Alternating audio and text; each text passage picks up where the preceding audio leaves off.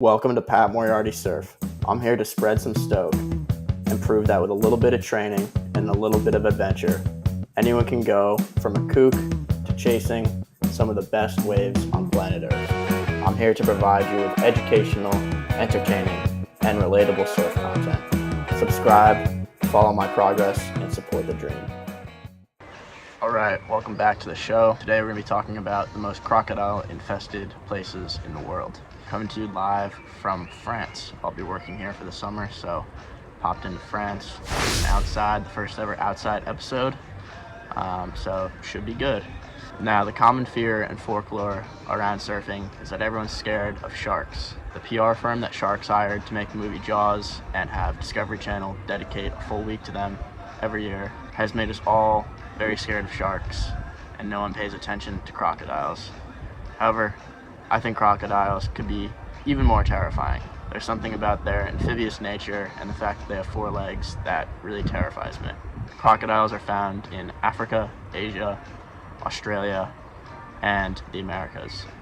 The reptiles like to congregate in river mouths, estuaries, lagoons, mangroves, and swamps.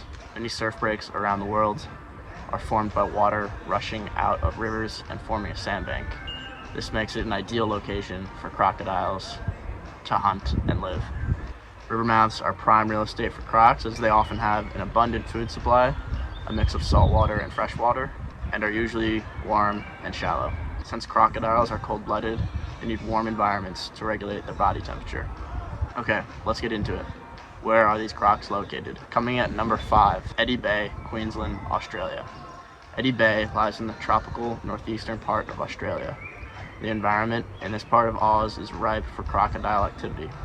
There are lots of estuaries that connect wetlands to the open ocean. This is why when you venture north in Australia, you are due to encounter some mean crocs. The top third of Australia is when the croc danger escalates. On the east coast, this is anywhere north of Rockhampton, while on the west coast, crocs appear north of Broome. There are no recent reported crocodile attacks, however, sightings are very common in the area. One thing to understand about the reported data is you need someone to confirm it was indeed a crocodile instead of just an unlucky fella who went out for a surf and never came back. This makes recording crocodile attacks even trickier to collect data on.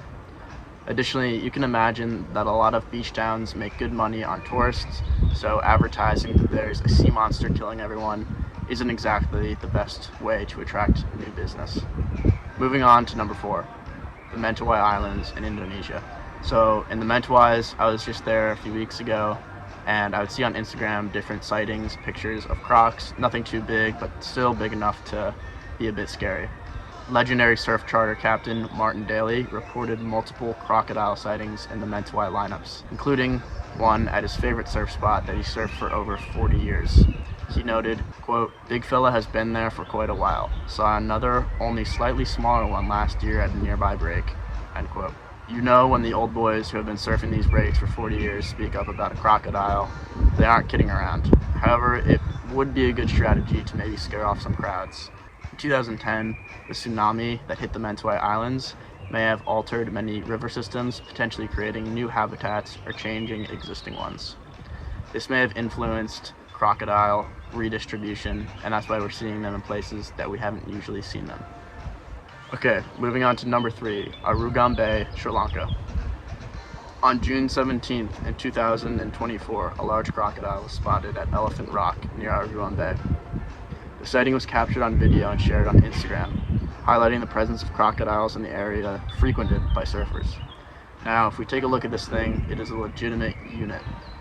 I would not be too fired up to see old mate hanging there as I was pumping down the line. In September of 2017, Paul McLean, a 24-year-old British journalist, was attacked and killed by a crocodile while washing his hands in a lagoon near Elephant Rock. The incident was the first known fatal crocodile attack on a tourist in the area.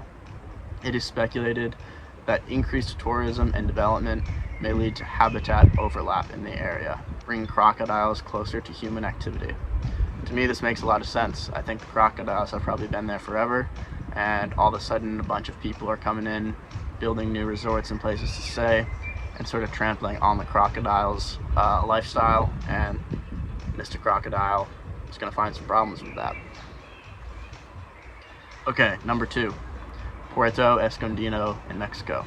In June of 2017, 2 crocodiles, one approximately 10 feet long, were observed patrolling the surf lineup near the lifeguard tower at Zigatela Beach, aka Puerto Escondido. Another large crocodile was spotted at La Punta, a popular left-hand point break nearby. These sightings led to surfers vacating the water and sparked discussion about the presence of American crocodiles in the area. During the rainy season, increased water flow can lead to breaching of lagoons into the ocean, and this allows crocodiles to travel into surf-heavy spots. Now, Puerto Escondido is probably the heaviest beach break in the world, known for its incredibly strong rip currents and thick lips. As if the power and shape of this wave was not enough to intimidate prospective surfers, just throw a few crocodiles in the mix and we'll really see who wants to get out there and paddle for some bombs. Okay, number 1, the most crocodile-infested surf place in the world is Tamarindo, Costa Rica. Tamarindo clocks in at number 1 on the list, as this surfing hub has had 3 crocodile attacks in the past 12 years. In 2016, a 59-year-old surfer from the US, John Becker, was attacked by a crocodile, which led to an amputation of his right leg. In 2015, a Montreal native, Val Muscalu, was bitten on the foot by a crocodile while waiting for a wave near the estuary. He managed to escape with only minor injuries.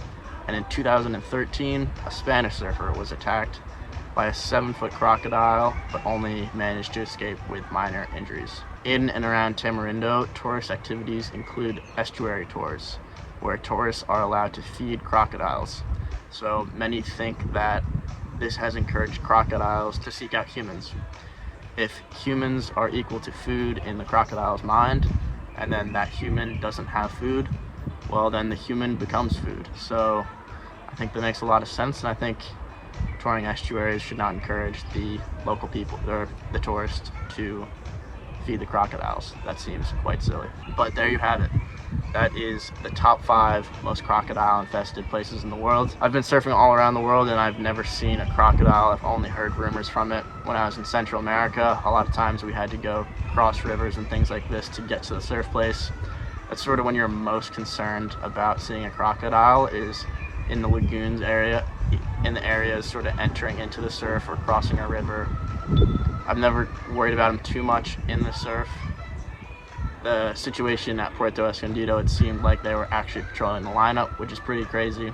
And the video from Sri Lanka, you can see a saltwater croc just floating about there. So it does happen, but even more rare than the shark attacks. And it's something that, well, knock on wood, I really hope I never see a crocodile, but those things are genuinely the scariest animals in the world, in my opinion. Okay, so that wraps it up. That is today's episode. Thank you guys for tuning in. Putting it together from France. So yeah, I kind of like recording outside. Maybe we'll try and do that more. Let me know in the comment section if you've ever seen a crocodile, or what other topics you would like to see me discuss. And if you enjoyed this episode, then please leave a like and a comment and a subscription. Thanks, guys.